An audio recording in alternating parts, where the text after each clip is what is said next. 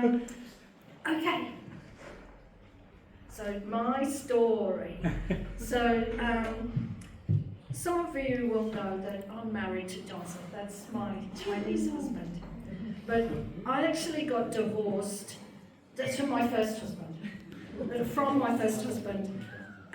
In 2002, after 20 years of marriage.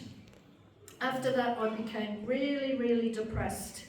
And at that time, I didn't go to church, but I started to regularly read my Bible. And actually, I was thinking about it. It was a Bible my parents gave me when I was about 17 years old, and I hadn't read it for years. It had been getting dusty. So I started reading my Bible, and I also started talking to God and telling him my problems. And this gave me a lot of comfort and peace.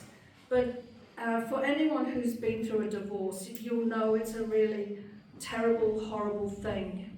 And I really felt that God cared about me, and I knew that he was listening to me. And after some time, I felt that God was, I just knew that God really wanted me to be with other believers. And I had a really big fear of going to church on my own, because I've always been a very quiet, introverted person. And back then I was really, really shy, and I didn't enjoy new situations, and I felt awkward about meeting new people. And I was also worried about what a whole lot of church people might think of a divorced woman. But I strongly knew that God wanted me to attend a local church. And it took me, if I'm honest, 18 months to listen to what God was saying. But finally, I went to church. And praise be to God, the first time I went, I happened to sit next to an older lady, and she was originally from Liverpool, where is my hometown where I was born. She was genuinely warm and interested in me, and she just beamed with the love of God.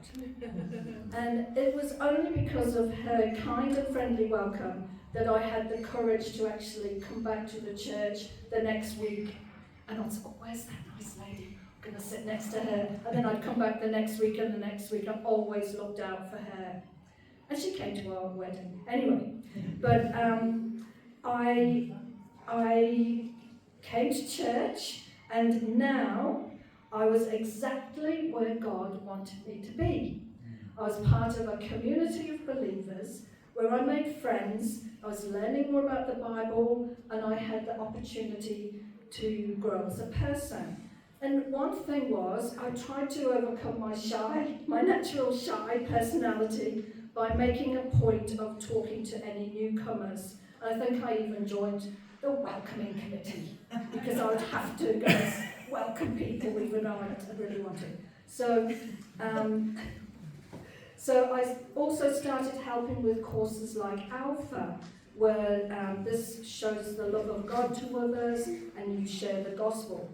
Of course, being part of a church family does mean that occasionally someone will upset you.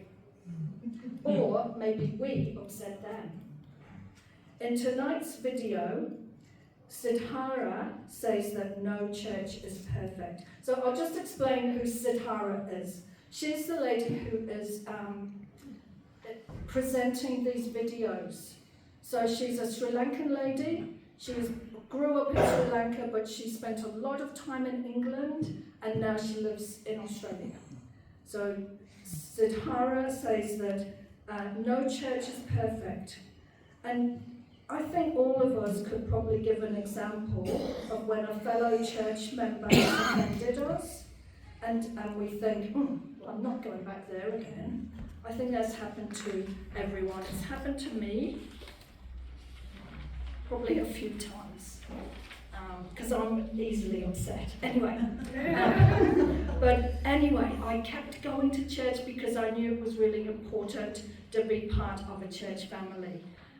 God has given us grace, so we need to be forgiving and give grace to other people. So one thing I really love about church community is how we are all so different. Yet we can help one another by using our own particular gifts and skills. And Paul talks about the church being the body of Christ and working alongside like-minded believers who are all contributing in their own special way. It's just so inspiring. And I've always had a soft heart for newcomers to the church, especially those who are from other countries. So in 2009, some of us started what we called an international group, which was a monthly shared meal.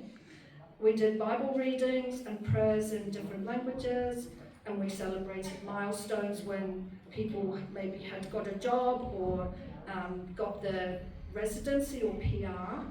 And each person in that team was able to use their gifts, their talents, things they were good at. One was musical. One was a chef and he gave cooking lessons. One was a school teacher and she did all the organising for the children's activities.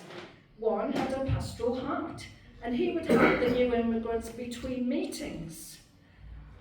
What was I good at? So I was quite good at admin, doing the emails, advertising, that kind of thing.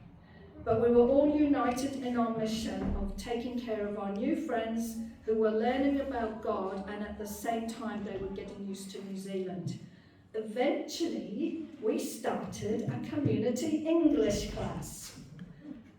Okay, so what would have happened if I had just continued to pray and read my Bible on my own in my own house? What would have happened if I had not listened to that small voice of God saying, Lesley, I want you to be part of a church family?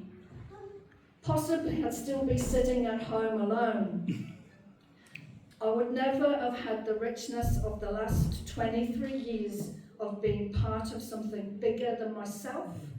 I would not have got involved in the English language teaching outreach.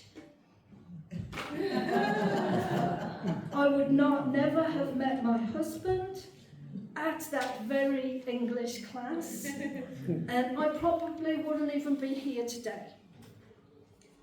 So God knew that it wasn't a good idea for me to isolate myself. We really do need our Christian brothers and sisters. We're so much better together. Okay.